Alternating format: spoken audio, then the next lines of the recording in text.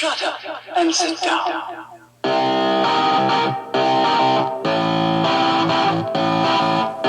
Good evening, everyone!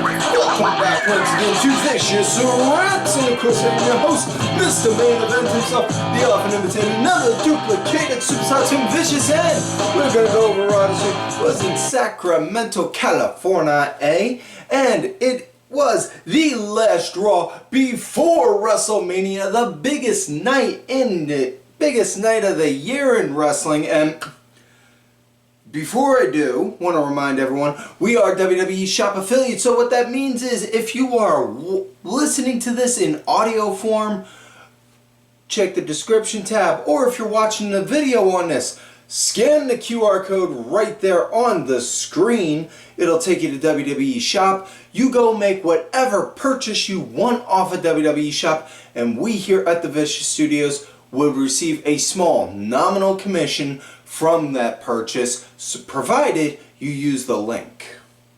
Now, I'm going to say this. I know there's a lot of people that have been putting a lot of talk out there like, oh, this year's WrestleMania feels flat. You know, it doesn't live up to the hype. It's so dead. Ticket sales aren't this, blah, blah, blah, blah, blah. Here's my take. And yes, I am going to take the wrestling fan hat off and put the business hat on for a moment, because heaven forbid we actually talk about the business end of the wrestling. Wait for it. Business. WWE already broke even with bringing WrestleMania to Vegas, just simply because of the fact that Las Vegas looked at their calendars and said, oh man, we don't really get a whole lot of people in here during Easter weekend. Let's see, what can we do to bring in people? Hey, you WWE guys, you want to come here, put on your show for us? Here's a big giant check with more zeros in it than anyone out. Here's a check with a whole bunch of zeros behind it. Yeah, I'm pretty sure there's about 7 or 8 zeros put behind that check to make for them to go and bring WrestleMania to Vegas. So they already broke even in that sense. If you want to talk about just attendance wise, listen, they may not get all 60,000, I think the seating arrangement was, but keep in mind, Vegas is also a tourist city, so you're not going to get a whole lot of people that are from the actual city coming there to see the show. You're going to get people that are coming to travel, you know, this, that, and the other. And I get it. There are people out there that don't want to go because it's on Easter Sunday. It's on Easter weekend. But dude, for those that do want to go, more power to you. Way cool. Trust me, if I could, I would be there myself. But can't. Love to, but can't. Either way, I'm going to be optimistic and say this year's Mania is going to be a sleeper hit. It's one I think people right now may not get behind it, but I guarantee 4, 5, even 10 years from now, I'm pretty sure people are going to look back and say, you know what? That one was really good. That didn't get its just desert. That one didn't get the recognition it deserved at its time. That's me. That's my personal opinion. You know, if I'm wrong, come back to me 10 years from now and say, hey, you were wrong, fuckface, and I'll be cool with it. And if somebody actually does leave a comment 10 years from now saying you were wrong, fuckface, I will absolutely fucking love it. So, now that we're all done that, let's switch gears and talk about last week via the SmackDown Rewind and the big highlights from last week's SmackDown. It started out with Nick Aldis being out in the ring, calling out one Randall Kenneth Orton, addressing the RKO he gave him the week prior. Randy then looked at him and was like, whoa, Nick, listen. in all fairness, I did pay in advance. Now, the first time I RKO'd you, I wrote you a check that was double what you fined me. And I said it was for next time. So, as far as that goes, we're even because I paid that fine. Now, as far as as to why, well, you tell me. I don't get to have my WrestleMania match. And, well, I was a little hot. I may have let emotions take control of me on that moment. You know? But, excuse me. But, we still need to fix this solution. I need an opponent. So, Nick, what do you say you trade in that suit for, and lace up some boots? Huh? I'm sure you could. Ain't nothing stopping you. And the more Randy's doing that, trying to goad Nick Aldis about that, though you could see the angrier and angrier Nick's getting on his face. And then, how about this? If you won't, maybe your wife Mickey will. Because for those who may not know, and if you don't know, I'm surprised you don't, Mickey James is Nick Aldis's. Nick Aldis and Mickey James are married. So, as they're doing that, then next thing you know, we get interrupted by Solo Sikoa and Tama Tonga. Solo, he comes out, he's blowing smoke up Jacob Fatu's ass, hyping up on how he's going to win and become the next U.S. champion, this, that, and the other. Then they start talking some, blah, blah, blah, blah, blah. Next thing you know, big brouhaha, 2-on-1 beatdown. Then they get saved by the megastar L.A. Knight. Yeah! Dummy, yeah, let me talk to you. Because when LA Knight comes out, he goes and looks at both of them in the face and says, if you two have the Kaforka and get that tingling in your loins, here's what I say to you. You two want to fight. I'm pretty sure, I know I'm still good to go. I'm pretty sure you're good to go. So Nick, what do you say we make this a tag team match tonight? Nick Aldis, sounds great to me. It is official. So, that winds up becoming the main event of the show. And let's just fast forward and get into that now. That did become a match. Randy and LA Knight going against Solo Sikoa and Tama Tonga. It's a good match. It ended with Randy and Solo fighting out into the crowd. So, if I had to guess, now with KO being out for surgery, best of luck to him. I hope he comes back soon. I hope he recovers quickly. And most importantly, I hope he's healthy in the end. But Randy and Solo, it's kind of short notice, but you know, if you can patch a story up, if you can patch a half-decent story within this short amount of time, I'll go with it. But the tag match ended with Knight doing the BFT on the Tama for the 1-2-3, and then Jacob Fatu coming up out of nowhere, beating the living piss out of Knight, and then hitting the moonsault on him, holding the U.S. title up like, this is mine. This is gonna be mine. So, if I were a betting man, I would say the odds are most definitely leaning towards Jacob winning that match at WrestleMania. So the other highlights from SmackDown more, there was a women's tag team gauntlet match to see who was going to be the number one contenders to go against Liv and Raquel at Mania. The winners were Lyra, Valkyria, and BBL Bayley. The opponents were Maxine and Natalia, and the teams are in no specific order because I don't remember the specific order. Chin and B-Fab, Alba Fire and Piper Nevin, and I believe the last one was K2, Caden Carter and Katana Chance. I may be wrong on that one though. I'm not 100% certain. I missed the first match because I had to tend to some family stuff. But either way, Lyra and Bayley, they wound up getting the win. And yeah, so we're going to be seeing them square off against Liv and Raquel at WrestleMania. I'm cool with the tag titles going on the line there. We also had Rey Fenix doing a match against Humberto, which honestly I'm cool with. And it was cool seeing Rey get his match, and he got the win, and he was so hyped up. He's like, yeah! Jumped up, then ran over and hugged the ref real quick like that. I'm cool with, that was cool to see. I know the ref, she was like, oh, whoa, okay, wow, okay. Had like this bewildered, shocked look on her face, like, and dude, I'm happy that he's happy.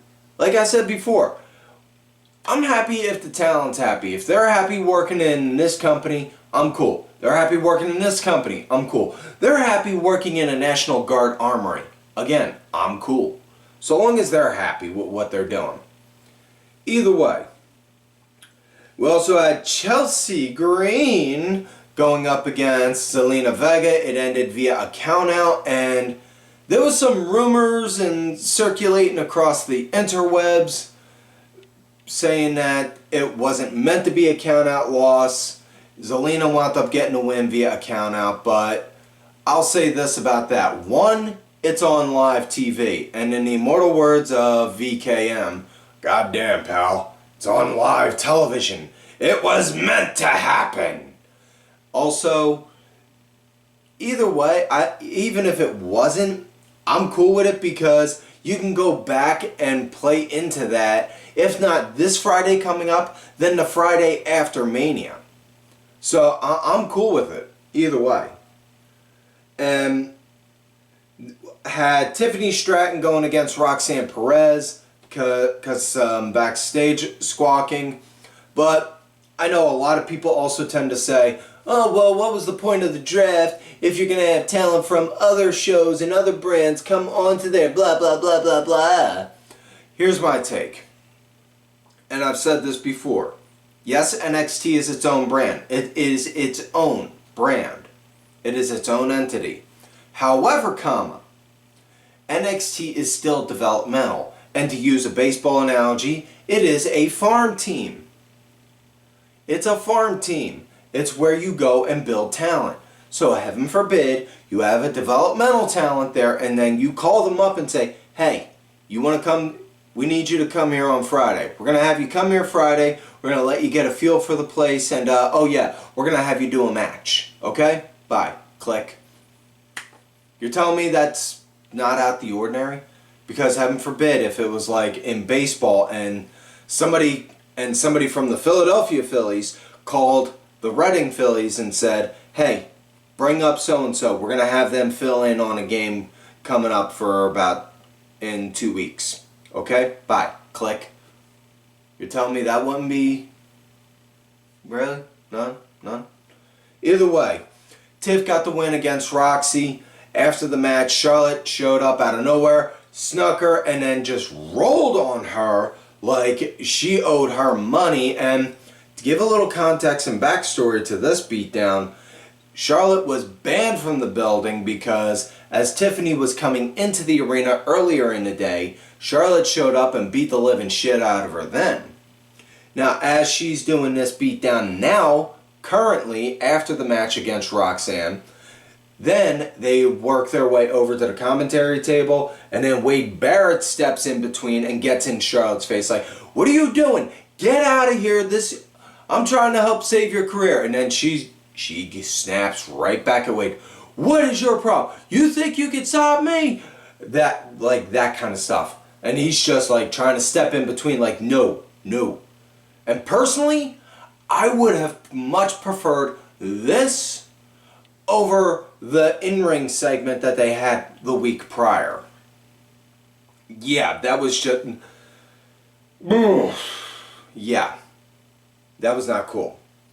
But, like I said, the match, I'm sure the match is going to be stellar. The mic work building up to the match has been the drizzling shits. Yeah. Either way, though, that's pretty much all of the highlights from SmackDown. So, with that said, let's get into this week's show. Raw in Sacramento. It starts out with Michael Cole and Pat McAfee hyping up the crowd, hyping up the audience at home, talking about what a stellar show they have, and then bum bum bum bum ba-na ba-na ba-na ba-na Gunther! And then it's, oh, whoa, we're expecting to do this later on, but okay. And then Gunther comes out, Michael Cole's in the ring. Well, Gunther, I was expecting this to take place later, but since you're here, we'll do this now. Jey Uso had a lot to say to you last week. What is your response to it? And then Gunther says to him, Jey, you said that, excuse me, Jey, you said you need to pray because of the man that you're going to be for our match. You think I lost control. You think I lost control. I was in control. I was in control the whole time when I beat up your brother. I was in control the whole time when I was covered in his blood. You say you need to pray for the man you're going to become. Jey, in case you haven't noticed, look at how I am. Look at who I am. Most of my career in WWE, I have been a world champion. Come WrestleMania, I am going to beat you, and then I'm going to call my mom, and I am going to be so happy over it. There is nothing you can do to stop me. And I'm basically summing it all up right there, you know. So that was it, and I gotta tell you, I am so hyped up for this match now with Jey and Gunther, and I'm gonna put it out there now, my personal prediction. I think Jay's gonna walk out with the title. I think he's gonna walk out with the title. You know, we got stakes now. We got reason for him to want to go and hurt, not just beat Gunther, but hurt him. Because he attacked his family, he attacked his blood. He made his family bleed right in front of him and forced him to have to stand there and watch. Excuse me. How freaking badass is that? You know? So, with that said, let's get into the first match of the night. It is Liv Morgan going against BBL Bayley. This match, a bit of a hype-up match for their tag match coming up on over the weekend. I don't know if it's Saturday or Sunday, but either way. Nice little start with some back and forth action. Liv, she was leading into the commercial break, and a good portion of the post break. It was a good match. It was a nice opener, and how the match came to an end. At one point, Raquel, she went and broke up a pinfall, putting Liv's foot on the rope. Lyra, who was also ringside, did not like that one bit. No siree, Bob. So them two started going back and forth, and then next thing you know, Raquel wound up getting worked into the ring. Ref was distracted, trying to get her out, and as she's doing that, and as the ref is doing that, Liv, boom, code breaker, and then gets Bayley up against the rope. As Liv's going to go for the Oblivion, Lyra holds on to Bayley so that way she can't pop back with her. Liv then, falls down to the ground. And then Bayley gets a running start, rolls, does a jackknife cover. 1, 2, 3. That is it. Thank you, ma'am. Your winner is BBL Bayley. Again, that joke is just not going to die. If you want to get mad at me for making that, please blame Nia Jax because she was the first to refer to Bayley in that sense. Moving forward, next up we have that no good hypocrite Rey Mysterio going against Julius Creed. And I'm going to get into why he's a hypocrite in a moment. Just bear with me. I'm going to explain the match. And then as I explain it, then you'll hear why. So, it was some good action going into the break with both guys teams actually being kicked out of the ringside. Like at one point, Rey, he was trying to go up to the top, and American made, wound up doing distractions, doing a looky-loo to have one of them, boom, have Ray split the difference on the top rope, and then then the LWO did the same thing for Ray, to the point both teams were on the apron screaming and yelling at each other, hey, what are you doing? Yeah, blah, blah, blah, blah, blah, blah, until the ref was like, hey, you guys want to argue? You guys want to argue? Well, you know what? You're out of here. So yeah, after that, action was really good. I dug it, and excuse me, I liked it. Ray, he was kind of leading the pace. Match came to an end when, at one point, El Grande Americano came out, and Ray wound up grabbing him and was trying to take off his mask. Now keep in mind, this is where the hypocrite part comes in. Easy for me to frickin' say. I'm so worked up I'm getting tied up with my own words. Ray wound up trying to take off El Grande's mask. Now, keep in mind, Ray wound up calling out El Grande because he wound up removing Dragon Lee's mask by accident, I may add. But it's okay for him to go and try and remove another luchador's mask on purpose, and yet nothing gets said. Not a single eye is batted towards the matter. You do see how hypocritical this is, right? So yeah, not cool, Ray. Not cool, Ray. Not cool at all. Yeah. So either way, as that's all going on, then Ray wound up getting the win because after he did all that issue with El Grande, Julius then tried to go and get him again, wound up knocking him down, hit him with the 619, then dropped the dime, and then 1, 2, 3. Afterwards, though, El Grande, who justly attacked Rey Mysterio because of that, did a headbutt to him, several headbutts to him, and then did the diving one. And yeah, they're hyping up the match that them two have at WrestleMania. Personally, if I was El Grande, I would be smart and wear a mask under my mask. Just for the simple fact of Rey Mysterio is now showing signs of wanting to remove that luchador mask. So you know what I would do if I was El Grande? I would mess with Ray and wear a Chad Gable mask underneath, just to be like, surprise! You know? Even though it's not really Chad Gable, because we all know it's not. Either way though, next matchup, we had Uncle Allen, AJ Styles coming out there going up against Karrion Kross. And Kross came out to his old NXT entrance, the Fallen Prey one. Oh my God, it was so good. So good. Now, this one was really hard hitting. Kross, he was leading with, and excuse me.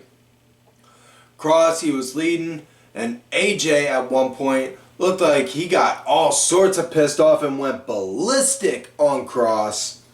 But man, I dug this match. I thought it was really good. Each match felt different in its own way with their physicality. I absolutely loved it. I dug it. Now, match came to an end when Styles wound up hitting a phenomenal forearm onto Kross, and then after the match, then we had the walking douche nozzle that is Logan Paul came out, played a hype video saying, "Oh yeah, you all hate me because I'm better than you, blah blah blah blah blah." No, that's not it. Could have to do with the fact that, you know, you're consistently an arrogant jerk. Oh, you desecrated a corpse. You tried to make amends by putting out a fake me out apology. Oh, also doing horrible comedic skits with a dead rat.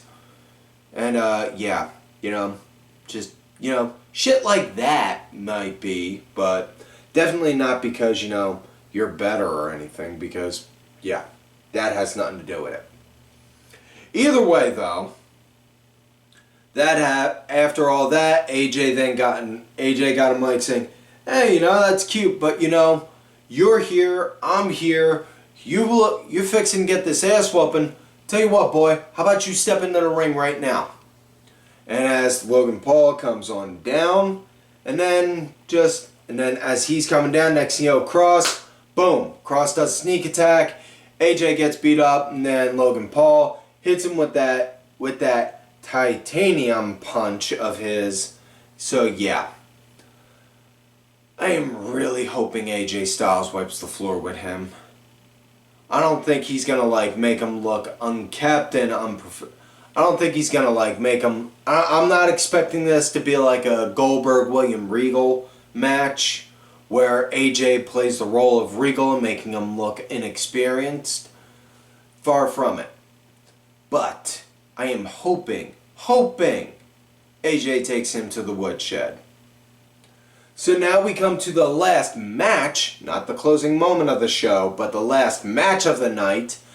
Penta going up against Finn Balor, and ooh-wee, this was a good one. Now, Penta wound up attacking Finn before the bell rang, and then he was leading at the start of the match. Finn wound up leading into commercial break, and then Penta started leading again post-commercial break. It was a good match, and it was really hard hitting, and it got to the point, man, and I'm not going to lie, I popped where, I had family messaging me like, "Dude, were you just yelling? Because I heard you." Because it got to where Penta was doing his chops, and if you watch Lucha Underground, you understand how hard them chops sound. Where he had Finn, and then it was shh, wham, and it sounded like he was slapping his soul. But yeah, match came to an end via a DQ when the big bad booty nephew Braun Breaker came out, attacked, speared Finn, and then just started fighting everyone. And this came to be because Breaker, he was supposed to be doing a backstage interview with Kathy Kelly, and then Judgment Day came out and rolled him. And they did a beat down on him. Breaker came out, got just vengeance, then him and Penta had a little bit of a moment where they fought some, but the segment ultimately ended with Breaker standing tall, holding the Intercontinental title up high. So now we come to the closing segment of the show, where Roman is out there with the wise man, mein Savior, Paul Heyman, and says, "Wise man, tell me,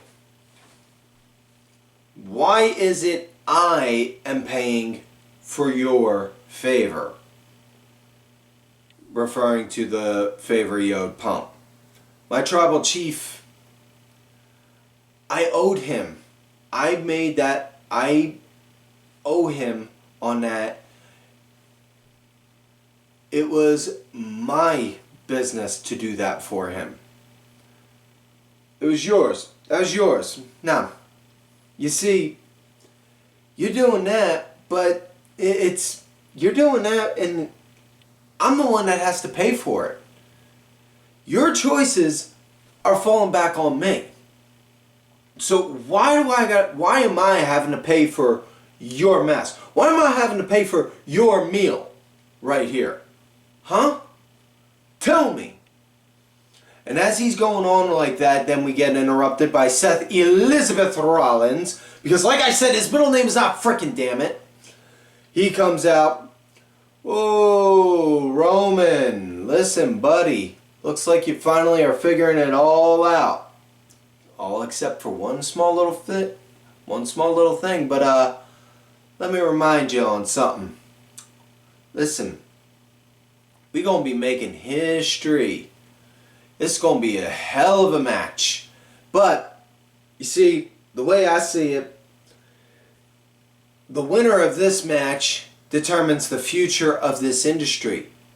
And if you win, it's going to be bad, because it's only going to be guys show up when they want to. Guys only show up when it's a good payday for them. Can't have that. If CM Punk wins, then it's going to be guys that want to just take their ball, go home, and come back when they want to are going to lead this place. And if that happens, the business dies. Same if you win.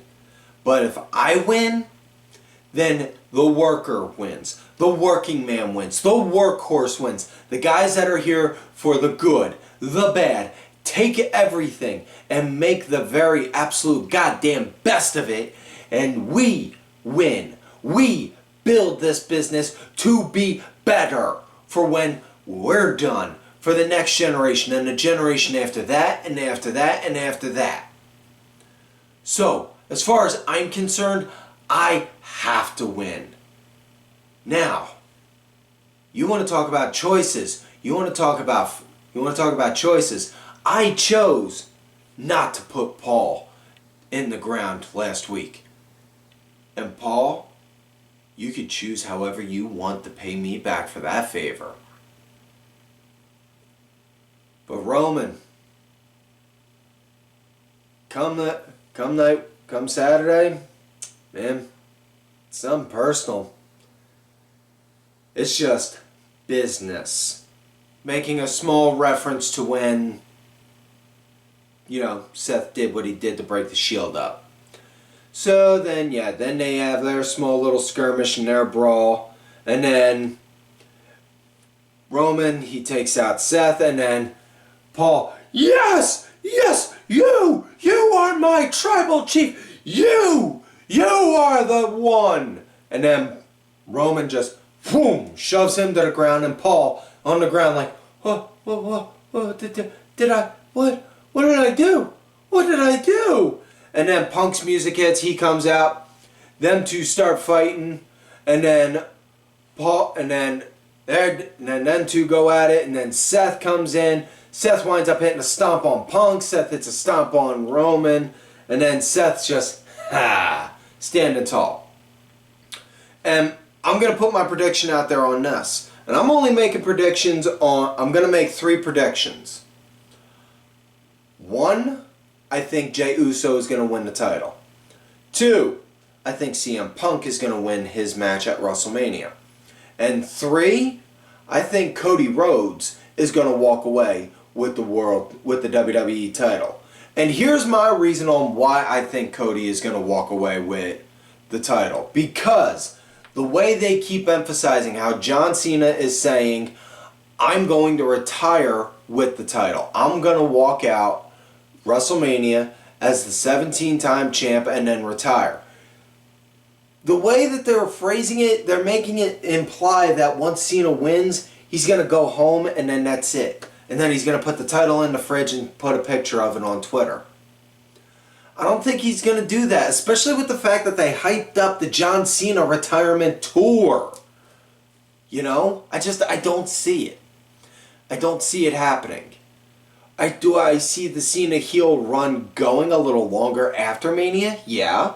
I could see it going up into SummerSlam. If it goes after SummerSlam, I don't know I don't see how they're going to go after SummerSlam, but I could see the heel run going up to SummerSlam.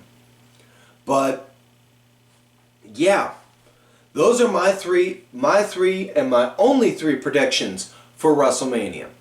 And with that said, folks, that is it for this week's show. So, like on normal, do not forget to like the video, subscribe to the channel, go back, watch some of the other episodes. Look for me on the Twitter or any other social media, Tim Vicious. Excuse me, if you're listening to this on audio form, give us a like, share the channel. The audio podcast version is new. We are trying to build that up. Thank you to contributor to the show, LFC Lingerie Fighting Championship. There are a little bit of wrestling, a little bit of MMA, a whole lot of attractive women wearing a little bit of nothing. Thank you. Also, don't forget to check out whatamaneuver.net for some vicious rants apparel like what I'm wearing. We got tanks, we got t-shirts, we got women's tees, we got long sleeves, we got toddler tees, and baby onesies. Perfect gift for somebody you love, somebody you hate, or a gift to give somebody, or a shirt to give to Goodwill so you can hold on to your stuff. I know I've done that. Also, don't forget to check out these cats here on the Twitter. DSB_IV, main event _net, the main event wrestling account. Sergeant Curry Pants, 3 Count Thursday, and D Dryer 1986. But folks, if you love me, great. You hate me, And sit down. fuck yous.